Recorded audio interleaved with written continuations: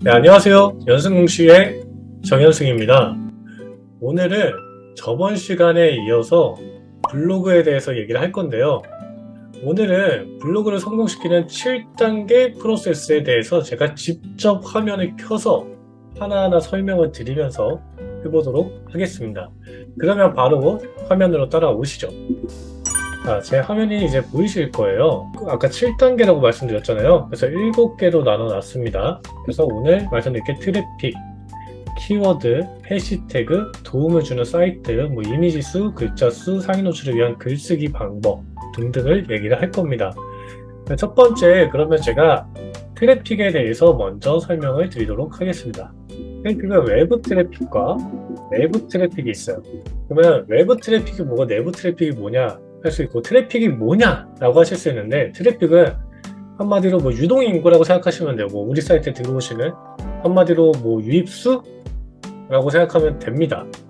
그래서 외부 트래픽 같은 경우에는 내 글을 썼잖아요. 그럼 URL 복사를 할 수 있어요. 그거를 외부의 또 다른 플랫폼에 링크를 남기고 다닌다던가, 내가 예전에 유튜브를 해요. 유튜브에서 더 자세한 내용은 저희 여기 블로그로 가서 보셔라, 이래서 링크를 남겨놓으면 그게 외부 트래픽이 되는 겁니다. 그러면 외부에서 내 블로그로 들어오는 거, 그 외부 트래픽이라고 불러요. 그러니까 이렇게 하는 게 하나가 있고요. 두 번째는 뭐냐면 키워드를 잡는 겁니다. 트래픽이 뭐예요? 방문자 수라고 했잖아요. 유입수, 유동인구라고 말씀을 드렸는데, 그러면 우리가 글을 특정 어떤 키워드를 잡고 잘 작성을 하시면 상위 노출이 될 수 있잖아요. 물론 모든 키워드에서 다 상위 노출이 될 수 없지만, 내가 뚫을 수 있는 키워드에서 상위 노출이 된다고 쳐요. 상위 노출이 되면 내가 예를 들어서 이제 목이 아파, 그래서 목 아픔 통증 이렇게 검색을 했어요, 누군가가. 근데 목 아픔 통증에서 내가 1등으로 글이 떠요. 그러면 내 글에 들어올 거 아니에요. 그러면 내가 키워드를 잘 잡았을 뿐인데 외부에서 내 블로그로 독자분이 생기는 거죠. 이게 외부 트래픽입니다. 이렇게 두 가지로 나뉘는 거예요. 플랫폼에다가 내 링크를 거는 거, 아니면 내가 네이버 자체에서 키워드를 잡은 글쓰기로 상위 노출을 시켜서 사람들이 보게 하는 거. 이 두 가지입니다. 내부 트래픽은 뭐냐면 서로 이웃과 이웃이에요. 블로그에는요, 서로 이웃이라는 게 있어요. 그리고 하루에 100명이 신청 가능하고 30일이면 3,000명한테 신청할 수 있습니다. 그 모든 사람들이 내 서로 이웃을 받아주지 않을 권리가 있어요. 근데 그 중에 3분의 1만 받아줬다고 해도 1,000명이잖아요. 그럼 나는 벌써 내 블로그와 연결되는 사람을 1,000명을 모을 수가 있는 거죠. 그분들이 우리의 잠재곡이 될 수 있는 거죠. 그래서 이렇게 내부 트래픽이란 이미 이웃을 하는 분과 서로 이웃을 하시는 분들, 그러니까 이미 내 블로그와 친분이 있는 분들에 대해서 얘기를 하는 겁니다. 그러면 내가 글을 올릴 때마다 이분들과 소통을 하고 댓글 쓰고 좋아요 누르고 다니면 그분들도 우리한테 댓글 쓰고 좋아요 누르러 오실 거 아니에요. 그러면 서로가 이제 소통의 장이 열리는 거죠. 그러다 보면 방문자 수가 많이 늘기 시작하는 겁니다. 그래서 이 두 가지, 기본적으로 이 트래픽의 두 가지는 알고 계셔야 되는 거예요. 이것도 모르고 블로그를 하겠다, 그냥 무작정 내가 일기처럼 글을 쓰겠다, 중요하지 않아요. 그거는 이 다음 문제예요.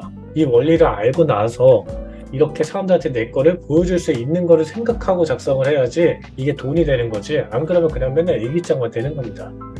일기장으로 내주려고 제 영상 보는 거 아니시잖아요. 그러니까 이 원리를 꼭 이해하셨으면 좋겠습니다. 자, 두 번째는 키워드예요. 키워드는 어떻게 찾을 수 있냐면요, 일단 네이버 메인에서 연관 검색어로 찾을 수 있어요. 자, 이걸 한 번씩 얘기하고 제가 직접 화면을 보여드릴게요. 인터넷 켜서. 자, 두 번째는 뭐가 있냐, 구글 메인 검색 연관 검색어가 있고요. 그리고 블로그 카페 연관 검색어가 있습니다. 이렇게만 찾아내도 우리가 엄청나게 많은 키워드를 찾아낼 수 있습니다. 그래서 제가 하나하나 다 보여드릴게요. 자, 보시면 명 검색했을 때 여기 밑에 쭉 뜨죠. 이게 연관 검색어입니다. 네이버 메인에서 검색했을 때 나오는 연관 검색어예요, 이게. 그러니까 이렇게 해서 키워드가 난 비염을 찾았는데 비염 치료, 비염의 원인 이런 키워드로도 사람들이 검색을 많이 하고 있구나 라는 것을 알 수 있는 거죠. 우리는 그러면 이걸 이따가 데이터로 검색을 해봐가지고 쓸 수 있는 키워드인지 아닌지를 보시면 됩니다. 자, 두 번째는 구글이에요. 구글. 자, 구글에서 비염이라고 검색을 해볼게요. 검색 이렇게 하면 여기에 기타 관련 검색어 이렇게 나오죠. 여기서 눌러서 또 들어가면 또 다른 검색어들이 뜹니다. 이렇게 추적을 할 수도 있겠죠. 연관 검색어 말고도 또 다른 방법은 뭐냐면 글을 들어갔다가 뒤로 가게 눌러서 나오면 이렇게 또 함께 검색한 항목이라고 또 나와요. 아까 다른 검색이에요.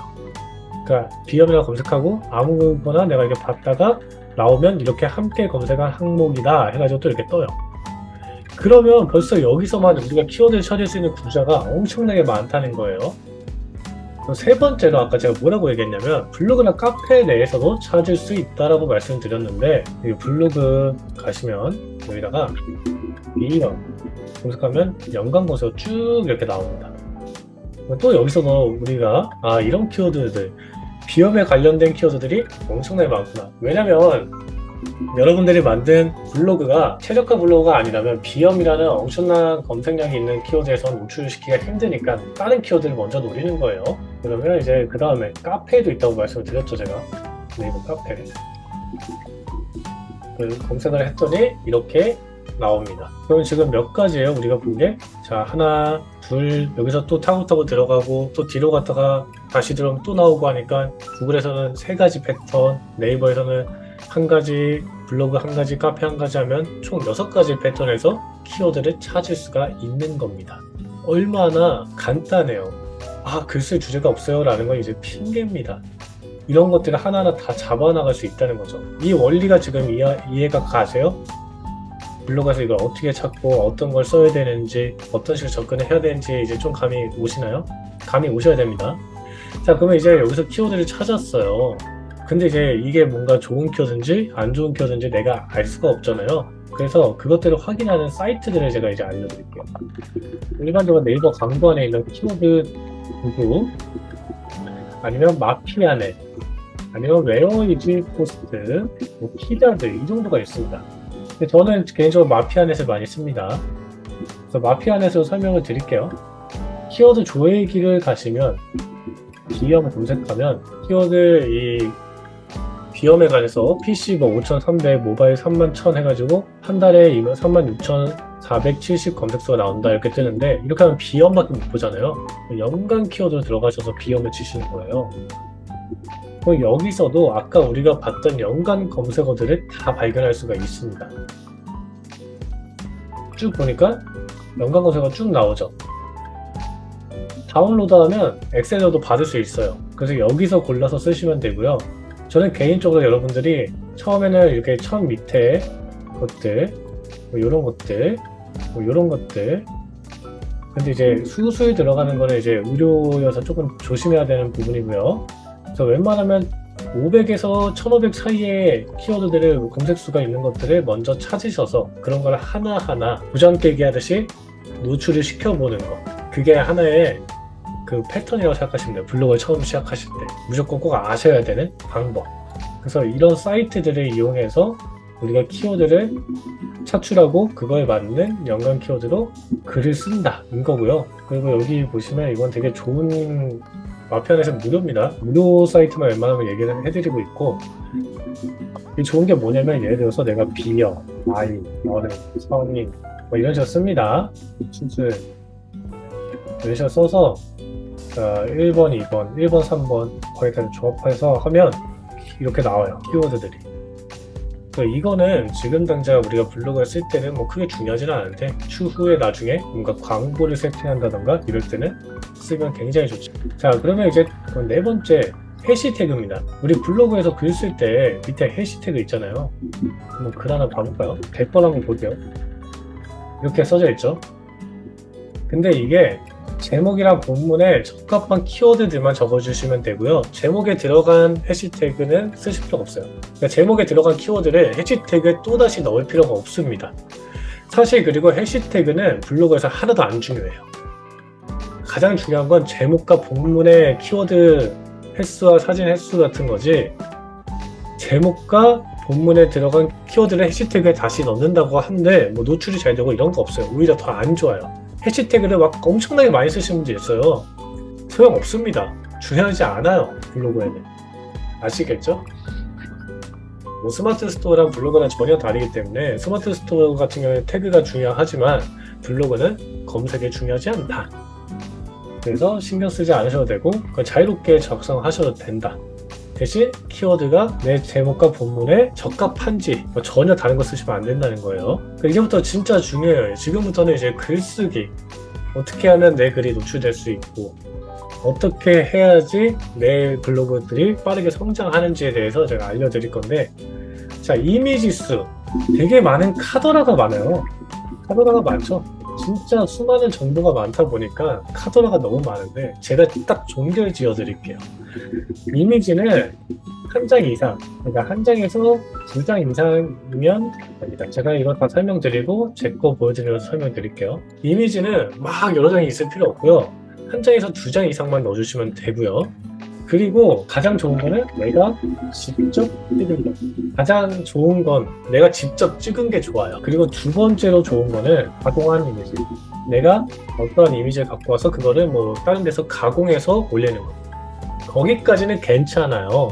근데 그 다음에 그냥 어디서 퍼온 거 이런 거 있죠. 출처가 명확하지 않아요. 그런 것들은 저품질의 원인이 될 수 있습니다. 그러니까 웬만하면 사진은 여러분들이 찍거나 내가 찍을 수 없다 하면 가공이라도 하세요. 아시겠죠? 그것 때문에 블로그가 날아갈 수도 있어요. 자, 이번에 6번째, 글자 수 논란. 뭐 1500자라는 분도 있고 2000자 이상이라는 분도 있죠. 다 카더라예요. 글자 수는요, 제가 제 블로그 보여드리면서 이제 설명을 드릴게요. 아까 켜놨던 건데, 자, 최적화 1 블로그고요. 12월 23일, 작년 12월 23일부터 시작을 했는데, 사실 글은 한 달에 막 많이 써야 4개였고요. 두세 개씩 썼어요. 게시물이 70개밖에 없잖아요. 9개월인데 저는 5개월 만에 최적화가 됐어요. 대충 운영을 했죠. 막 1일 1포스팅 해야 된다. 그러면 정답이 아니란 얘기인 거죠. 지금 제 블로그를 보면.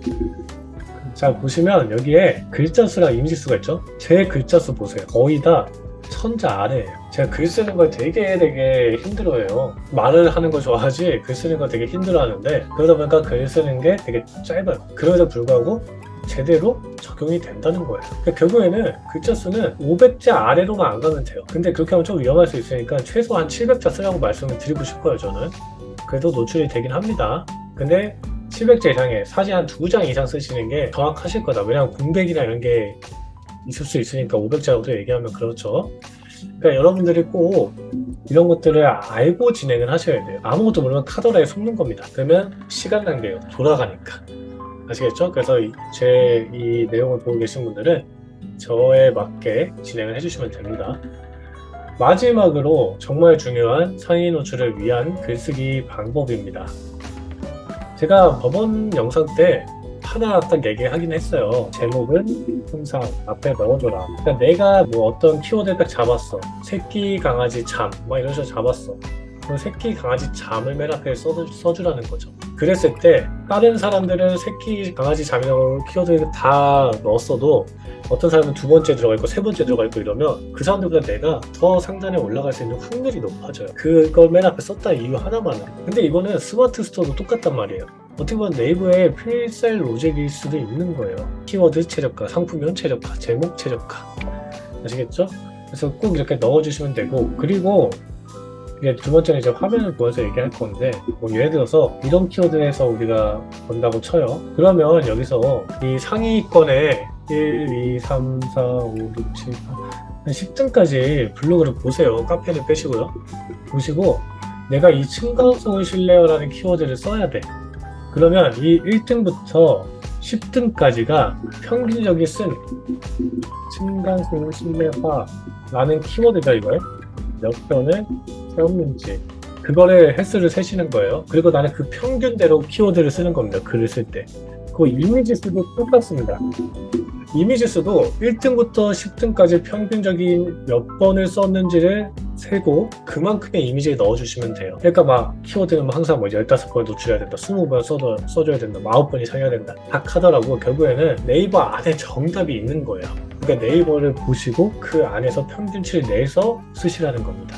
아시겠죠? 이 정도만 아셔도 기본적으로 여러분들이 블로그를 어떻게 시작을 해야 되고 블로그가 무엇인지 어떻게 이루어져 있는지 정확하게 아실 수 있을 겁니다. 그래서 제발 돌아가지 마시고 이거에 제가 말씀드린 것들을 하나하나 적용을 해가지고 진행을 한번 해보세요. 이게 여러분들이 시간만 쓰지 돈을 잃는 게 아니잖아요. 그러니까 꼭 실험을 해서 진행을 했으면 좋겠습니다. 자, 그러면 이제 여기까지 오늘 말씀드린 내용은 끝났고요.